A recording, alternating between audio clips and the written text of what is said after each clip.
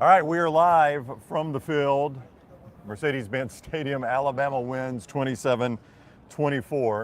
What a remarkable win for the Crimson Tide. Now, Wow. about a 5.5, 6-point underdog. So, you know, the odds makers thought this would be a better game maybe than some did, but this was a game Alabama dominated for a lot of the football game. They did, and I'll tell you, talking with the players afterwards, like Roy Dale Williams, one thing I asked him, I said, how important was it for you guys to stay aggressive offensively, Right.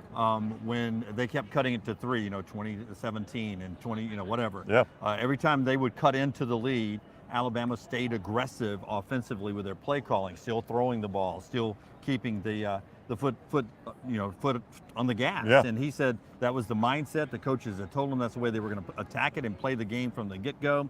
So they stayed true to that. Sometimes you say you're going to be aggressive and stay hard at it, and then you back off as it gets a little tight in the game. They didn't do that today. They put it in Milroe's hand, and it paid big dividends. Yeah, especially at the end when you've got the ball and you've got a chance to burn the clock out and force Georgia to use up all their timeouts. You go right to Jalen Milroe. You put it in his hands. That's that right. touchdown drive that was eventually the score that gave Alabama the win. You put that in Jalen Milroe's hands. I mean, when the game was on the line and things got tight, that's who they looked to. Yeah, and it wasn't, as I was saying, it wasn't like, let's milk the clock and see what happens on the drive. It's like, boom, boom, let's That's go right. get it. Yeah. And that's what they did from the get-go. I think every Alabama fan thought that first drive from Georgia when they marched it down, put it in the end zone 7-0, you were like, ooh, and I even tweeted this out. That's slow start Georgia. Didn't come today. Slow finish Georgia did, though. Slow finish Georgia did, too. But I think we talked about the defensive minds that were in this game. Yeah. And listen to me when I say this. I thought Smart and Muschamp and Schumann did a wonderful job on one side. But the other side, T-Rob and Kevin Steele and Nick Saban, I thought they were masterful in taking Bowers out of the game, really confusing Beck. And, McConkey was not really a big factor today, had one big catch down on the goal line. So I thought they did a wonderful job with that. And on the flip side of that, if you're a Georgia fan after 29 straight wins, I think there'll be a lot of complaining about how aggressive or not aggressive Mike Bobo was. Well, I thought he got a little too cute. So there were two plays that jump out at me. There was a 3rd and short, I want to say it was in the second quarter, where they, instead of just your standard on 3rd and 1 run play, they kind of run a little pitch. They try to string it out wide, and Alabama's able to stop them. And then there was the little reverse situation. We're laughing at EG right now. She's chasing around stories on the field. There was when they ran the reverse, that was the fumble that gave Alabama ultimately the winning margin of 3 points. I just thought Mike Bobo got a little cute at times when he didn't really have to. Absolutely, especially on that one particular play you're talking about, where instead of just running it right up the middle, that they ended up pitching it outside. That's just that's stupid football. When you've got a team that is as powerful as Georgia has been, you just lay into them, right? You pick up a yard. If you can't pick up a yard in 2 plays, if you're Georgia, you're probably not doing something right there. Yeah, I would say, too, I think you saw a little bit of a team that was playing with the weight of that winning streak. And I know it's easy to say, you don't pay attention to that kind of stuff. We just play game. It is just, it's hard to win that many games in a row. It's why nobody's ever done it, Jim. And I mean, at some point, you're going to run up against a team that's either a better team or better on that day. And Alabama might be both of those. I don't know. They were better today.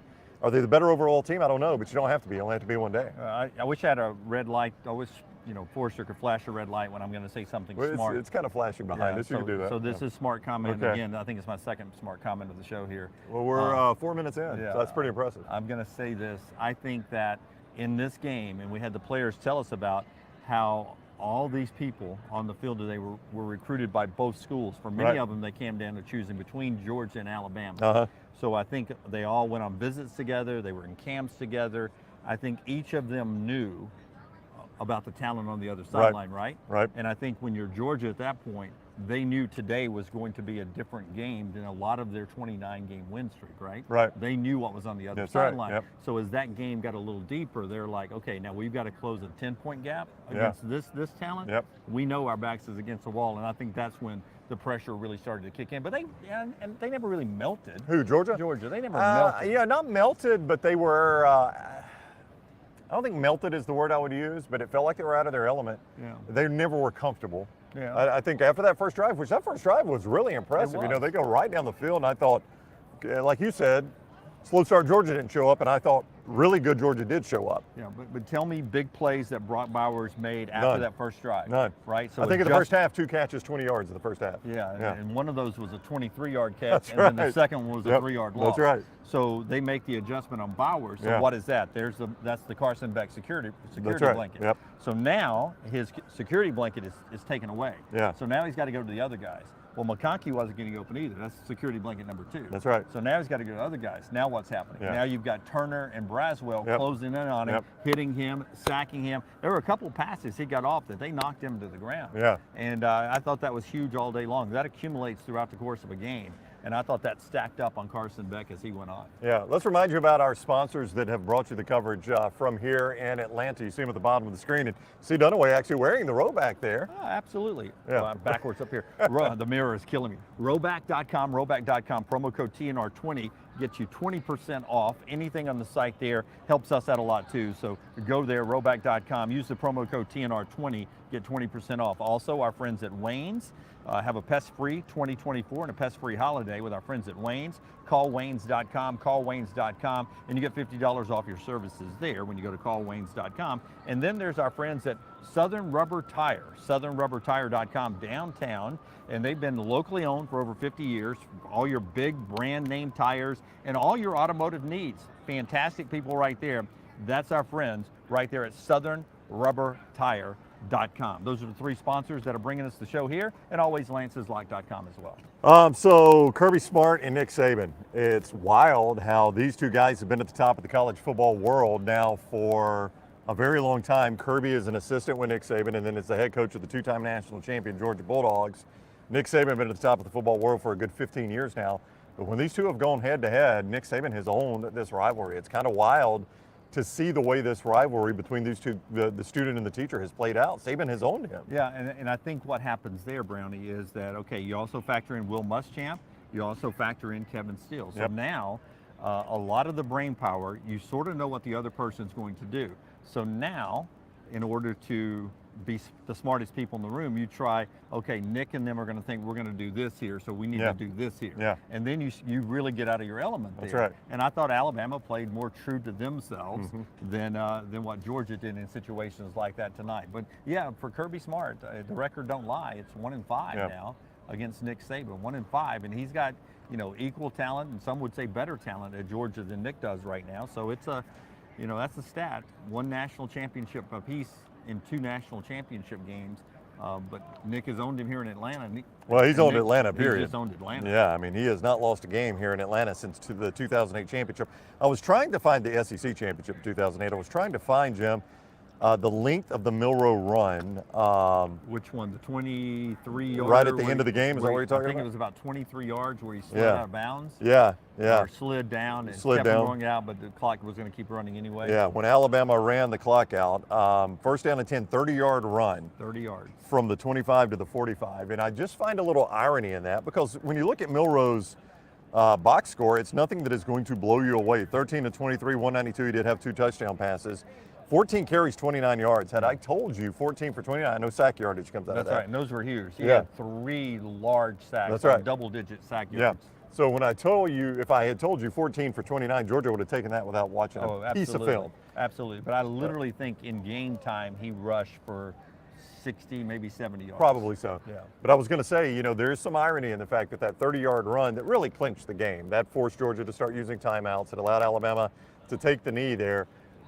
Just some irony that a mobile quarterback ends the game against Kirby Smart. It has always been the Achilles heel of both Nick Saban and Kirby Smart, an elite mobile quarterback. Well, that was the wild card coming in. You put it in Jalen Milroe's hand, and who knew that better than Nick Saban, right? Yeah. He watched it happen for years when he and Kirby were together. Hey, by the way, it hurts Alabama too sometimes. Oh, absolutely. Right? Yeah, Nick Saban struggled with it as much as anybody. Yeah, you don't want to run into Jalen Milroe. Nick Saban doesn't want to run into a Jalen Milroe on the other side. No, he does not. Okay, so the elephant in the room, so to speak, is the playoffs. Yeah. And you're sticking by. Well, aren't you? You've said the same thing. Okay. I think the SEC champs in. It's more political for me. All right. I believe the SEC and I believe the Big Ten. They run the sport. They're the power brokers, and I think they're in. Kirby Smart said on the postgame. Kirby Smart himself said, "Listen, if they hold true to what they say all the time, if you're in that room and you don't think we're one of the 4 best teams in the country, then I don't know what to tell you. So Kirby was saying that of Georgia. Yeah, Yeah. that's what Kirby was saying about Well, Georgia. I So mean, he was still saying that Georgia belongs in. Yeah. And by the it's way, going to be a narrow path. yeah, I know. Yeah. But by the way, I don't disagree with it. I think if you're asking for one of the 4 best teams in the country, is Georgia one of the 4 best teams in the country? Yeah. Yeah, so everyone's going to scream Yeah. if it happens. But if you really sit down and you say, okay, who are the 4 best teams in the country? Yeah. Just in the discussion is Michigan, Yep. is Washington, Yep. Alabama, Yep. Georgia, and Texas. Those are Yep. the 5 in discussion. Florida State without Jordan Travis is not in that Well. discussion. Now they're going to be unbeaten and a conference champion Yep. when it's all said and done tonight, and then the committee it could take the easy way out and put those 3 Yep. unbeaten teams in Texas who beat Alabama. Yeah.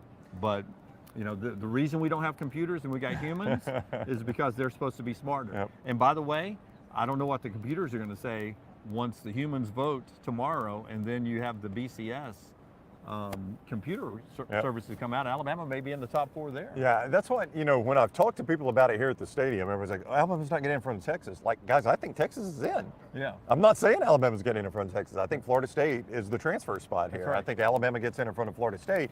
Now, it's going to not look that way because they'll probably, assuming Michigan, who's up 10-0 on Iowa, that should be enough points to win that game. Assuming Michigan wins, I bet they're going to go Michigan and Washington to get that one last Rose Bowl with it's the Pac-10 or the Pac-12 and the Big Ten, and then rematch Bama and Texas down in the Sugar. That would be my guess, is the way that would go. So it's going to look like Washington is the last 4 in, unless they just tomorrow say this is why we did it this way, which maybe they will be transparent about that. I don't know, but no, I don't think Texas is getting left out. I don't know why people keep saying that. I think Texas is in. I think it will be Florida State, and they may lose the game. They don't have a first down through the first quarter right now against Louisville. It's a scoreless tie going to the second quarter. Yeah, but see, but that's in itself. Even if you win. Yeah, that in itself is saying you have no first downs through the first quarter. How bad is it going to look tonight for them, even if they win the game? Yep. And that opens the door for the committee to say, we left you open all the way into this. We watched this game and we watched that game. Remember the year, it was 2014. It was the first year of the playoffs. Ohio State wasn't in the playoffs. And it was the Big Ten championship game that night where they beat somebody like 60,000 to nothing. It was Wisconsin, I believe, right? Yeah. And they jumped over TCU and Baylor, Yeah. right? And got into the playoffs Yep. with their third string quarterback because they just beat somebody 60-something to nothing. They looked like a playoff team when the committee was sitting there together eating hors d'oeuvres in Texas. Yeah. Well, tonight they just watched this classic football game, right? Between a team that had won 29 straight games and 2 national championships, and Alabama beat them. And Alabama's only loss is to a quality Texas team who should be in the playoffs too. Right. And then you're going to watch Florida State in the ACC championship with a third string quarterback or a second string quarterback there. QB1's not coming back, and they're going to struggle. I mean, that's a tough pill to swallow if you're in that room and you're saying, well, they're unbeaten. Well, so is Liberty. Put Liberty in this discussion. Again, Florida State's got 4 yards, and 0 first downs through 1 quarter of play. So it is obvious that they are missing Jordan Travis, and even in a win, the committee can take that into account. And again, that's why I think the discussion it's important to point out that even the committee says this. It's not the 4 most deserving, it's the 4 best. And all records are not created equal. Right. A 12-0 is not necessarily a better body of work than an 11-1. You got to look at the whole picture there. Yeah. Conference champion in the ACC is not necessarily equivalent to a conference champion in the SEC. You got to look at the whole conference in that discussion. So I think all those things will be considered, and it's why, unfortunately for Florida State, and I hate it for them, it's why I think they'll be on the outside looking in, even if they beat Louisville. If they lose to Louisville, it's academic at that point. But I hate it for them that it's Jordan Travis's injury that is going to cause that. But, bad luck happens. Remember, Alabama only had the LSU loss in 2019. Yeah. Right? And Tua got hurt. Against Mississippi State. And instantly the committee and them started talking about, but this team's without Tua. Even if they That's go right. on and beat Auburn and they're a one-loss team against number 1 LSU or number 2 LSU, whatever they were not getting the same consideration going in because they didn't have Tua. Yeah. Right? And Mac wasn't Mac at the time, what he would be in 2020. So that happens. You take that into consideration. It'll be interesting to see. Now, will I be shocked if they I'll be shocked either way. If they put a Florida State in, and I'll be shocked if they leave an unbeaten Power 5 team out. Either way, I'm going to be surprised because they're going to do something they've never had to do before. Yeah. I guarantee you in that room right now, they won't say it, but if they, Louisville you will fans. not see the clip. They always show that boring, everybody Yeah. sitting there doing nothing clip. Right. Right down there, if Louisville takes the lead, there will be some cheering going on in that room, taking the pressure off of them. I'm curious, do you feel like we're watching, and it's rare that you see this late in someone's career, Nick Saban's best work this year? Man, It's been a remarkable coaching job by the best that's ever done it, obviously. What he did, and I asked this to the players, and you can get that on our video platforms on Twitter. Taylor's sending them out over on YouTube, just wherever you get our video platforms, you'll see this. But I asked the players, I said, after UCF, did you ever, be honest, at one point this season, did you even think that this was possible? And they all kept saying, no, we kept the dream alive with that one loss. We kept the dream alive. But I'm not sure a lot of the fans thought, we'd be standing here at the Benz with a confetti sign flowing down with the Alabama logo up here, and it's crimson and white, and it says SEC champions. It didn't feel like that leaving Tampa. No, it didn't. Again, we said this the other day after the Iron Bowl, that it would be funny if you could go back, and you can, by the way, if you want to dig through it. Okay, we got merch up. All bark, no, oh, there you go. All bark, no bite, 27-24, there you go. All right, we got merch up. All right. There you go, Go buy 'em. nextround.store. For some reason, I love the white. Do you like the white better than the Yeah. crimson? No, not better. Yeah, I'd say buy both. yeah. Do you have a special if you get a 2-pack? I don't know. Get one of each, one Yeah. crimson, one white. So there you go. Oh, look, there's a black and a gray too. I think I'm gonna like the gray the best right there. Now that I look at it, Let's see the gray. I don't know if Lunsford can pull the gray up there. No, You if could Lunsford was good, if I Oh, stood like wow, this, if Lunsford was good. he'd put it on me right now. He'd right, put one you of the make it look shirts like on you're me. wearing it if you Yeah. just stood still. If I wasn't 5'10", Yeah. I'd have enough body to put it on me right Yeah. now. Yeah. Good job, Lunsford. You can scan the QR code right there, and get those. It is so hard when it's reversed, isn't it? I did pretty good Yes, there. you did very well. Scan the QR code right there, and you can get the All Bark No Bite shirt, nextround.store, nextround.store if you want to get those and celebrate Alabama's 27-24 SEC championship win. But back to what we were talking about. Nick Saban's best work. If you could go back, and you can do this, and find our show. Oh, there you go. Hold on. Stand up, Jim. You gotta go. Do I need to back up? Nope. No, Goodness no. gracious. You got to be just a little bit taller. Gosh darn it. If you go back and find See this if you can do show, it, see if you can do it. if I can do it. Oh, Oh, he took it down. I think it was going to work on him. was it? Yeah. If job, Lunsford. if you go back and watch the show after the South Florida game, it's just it's not gonna You're work. too thick. Yep, I am. Thanks. If you go back and watch the show after the South Florida game and what some of the opinions of Alabama were versus what you see now, and listen, the players are open about that. They know they've improved. I think that's kind of what gets lost here is Alabama improved. They improved a lot. That's why we talk about this being maybe Nick Saban's best work in his time at Alabama. Yes, I do think it is. If Alabama's left out, right, I think part of it will be took the miracle play at the end to beat Auburn, Right. Jordan Hare, 24-21 against a really bad Arkansas team that seemed to get worse after the Alabama loss, the Texas loss, obviously, and that USF game. If you bring the whole season into Yeah. it, those things will stick out a little bit. Yep. But I've always thought the committee looks at who you beat more than who you lost to or who Right. you barely beat. The Yeah. quality wins seem to matter for this committee. Yeah. I think it's a better looking shot now. Yeah, once they lowered the light, I don't know. It's like the department store when they start flashing the lights in the old days. Bob says J. Mills struggled today and still won. Oh, I didn't think he struggled at all. Well, I would say struggled in comparison to his normal numbers. His numbers were not what they were, and he was a little off early Guys, passing. you were playing the Georgia defense. Yeah. My God, what are you guys expecting? Did y'all send Taylor y'all's clips running the posting interviews? I've already sent them to her. Oh, okay. Yeah, and Okay. and I've already posted them. Okay, Isaiah's on YouTube? No, on YouTube. YouTube, you She's do doing YouTube. those. I sent her all mine. You're all good. Yeah, that's Emily Grace down here, Yeah, live with the audience Yeah, here. down on the ground working. Yep. They're not going to see you. You're going to have to stand up. No, yeah, they got you. Stand up. They stand got up. you. There we go. There's EG. TiVo. Oh, she met Tim Tebow. She's fired up about that. Chris says total team effort was dominating. I agree. I'll tell you what. I would like to know. Do you see those political when they have the debates and it's like the favorability of this candidate versus the favorability of this candidate? Right. I'd like to see Alabama fans' feelings when Georgia went right down the field on that first possession. Oh. And then maybe even after Alabama had to punt on the very next possession, like Bama 3 and out, Georgia right down the field, Bama punts. I would imagine it was close to 0% right there. My notes are in my bag over there, but I will tell you, I think it was 4 consecutive drives after that Alabama stopped them without scoring. Yep. 3 to end the half, and then 1 to start the second half. Yeah. And that's some monster defensive effort there. Yeah. You know, that is monster defensive effort.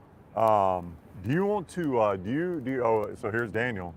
Not great, Brown. LOL. Yeah, I don't think most people feel great. Boy, that's moving. What do you pretty mean, not quick great there. about what? How they felt after that. Oh, right no, there. not great. I was going to ask if you want to beat the crowd and drive on back to Birmingham. Frank says Milroe games are not pretty works of art, but they sure are beautiful. I tell you what, right there, and I know. Here's something that's interesting. So you guys are talking about the controversial maybe Isaiah Bond catch at the end of the first half. That video was not replayed here in the stadium, so there was really no reaction in the stadium. I have no idea what CBS said about it. I saw a video of it at halftime. Apparently, from what I can gather, coming out of the second half, CBS showed it and maybe talked about it should have been at least reviewed. So I don't know where that stands. Yeah.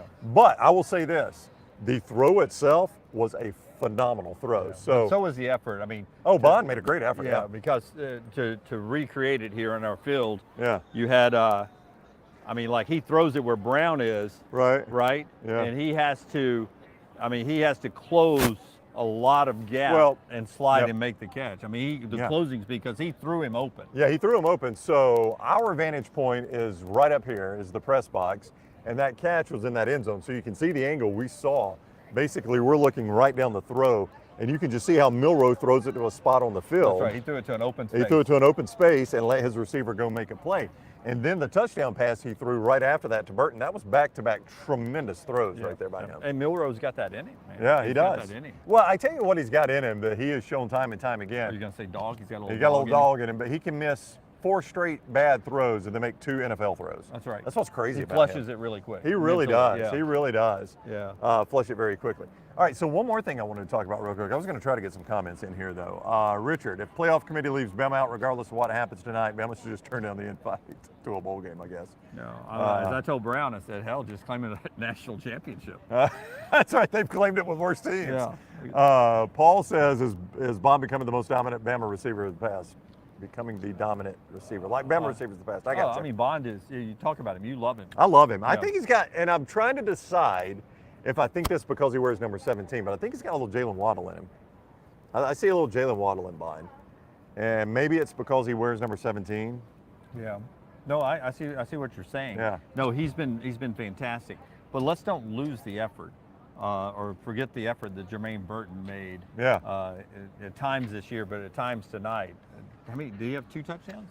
Or one of? Well, he dropped the one right here Dropped the behind one you. here, I yeah. mean, that ball was in his hands. And look, I mean, the defender got there too, but well, you catch that one at that point. You can imagine the emotions, and he runs hot always anyway, that he Yeah. was playing with tonight, and to have the game that he had, and Trev Marshall as well, who used to play at Georgia, to have the game he had. I feel good for those guys. Hey, hats off to Jam Miller too and Roy Dell. Yeah. No Jace McClellan, but did anybody really notice that Jace wasn't out there? No, because Roydell in maybe his first start ever goes out there and performs really well. And I thought Jam Miller, pass blocking, which I've talked You've about always since talked his about that. first He was day. really good. Yeah. But he caught a pass out of the Yep. backfield, was really smooth doing that, gets around the edge. I said it all week. I want to see more Jam. I want to see more Jam. Let that guy hunt. Yeah. He played very well. Or eat. Whatever the kids are saying. Yeah, hunt, eat, whatever you're doing. I was just checking the scores here. Still no score. Florida State is up to 33 total yards, though, and they now have 4 first downs, so they must put a drive together. Michigan up 10-0 on Iowa. So here's the point I want to make. Think about this. Now, Alabama could have still potentially run the clock out, but Alabama scores on that Bond play they thought, goes to review, and they rule he's not in the end zone. They run the QB sneak. They don't get in. Then they hand it off to Roydell Williams and get in. 2 plays right there. That burned up an extra minute of game time.